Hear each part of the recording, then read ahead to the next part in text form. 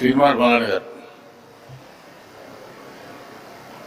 Sir, RTC విషయంలో మహిళల ఉచిత ప్రయాణ విషయంలో రాష్ట్ర ప్రభుత్వం తీసుకున్నటువంటి ఒక గొప్ప కార్యక్రమం ఏదైతే ఉందో సార్, దాని ద్వారా చాలా మంది మహిళలు గ్రామీణ ప్రాంతాల్లో కానీ ఇక్కడ కానీ ఉచితంగా ప్రయాణం చేసేటువంటి వెసులుబాటు కల్పించిన ప్రభుత్వానికి ధన్యవాదాలు సార్. అలాగే సార్, ఇక్కడ ఒక చిన్న సమస్య ఏంటంటే సార్, పెద్దలు సత్యం గారు చెప్పినట్టుగా లేకపోతే రమణ గారు చెప్పినట్టుగా పరోక్షంగా ఆటోల మీద ఇతర మీద వాళ్ళ ఉపాధి మీద దెబ్బ పడుతుంది అనేటువంటి మాట చెప్తే గతంలో కూడా మనం సభలో చెప్పుకున్నాం సార్.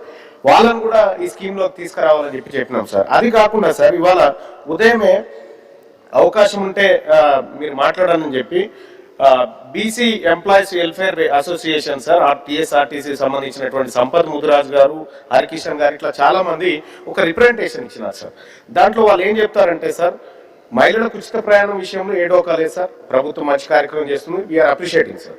కానీ ఆర్టీసీ కూడా సార్, ఆర్టీసీలో ఉన్నటువంటి ఇతర సమస్యలు సార్, అది బాగుంటేనే ప్రజలకు మనం మంచి చేయగలుగుతాం సార్.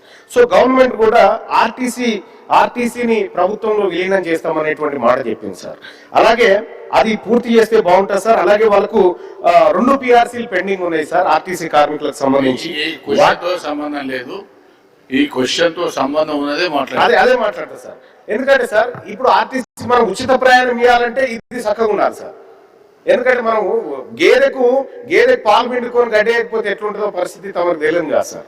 సో అందుకోసమే సార్, ఈ మనం ఏదైతే ఆర్టీసీ కార్మికులను ఆర్టీసీ రక్షణ కోసం రాష్ట్ర ప్రభుత్వం చర్యలు చేపడితేనే ఈ స్కీమ్ సజావుగా సాగుతుంది సార్. అందుకోసమే గౌరవ మంత్రి గారు ఆ విషయాలను కూడా పరిశీలించాల్సిందిగా కోరుతా ఉన్నాం సార్. గౌరవ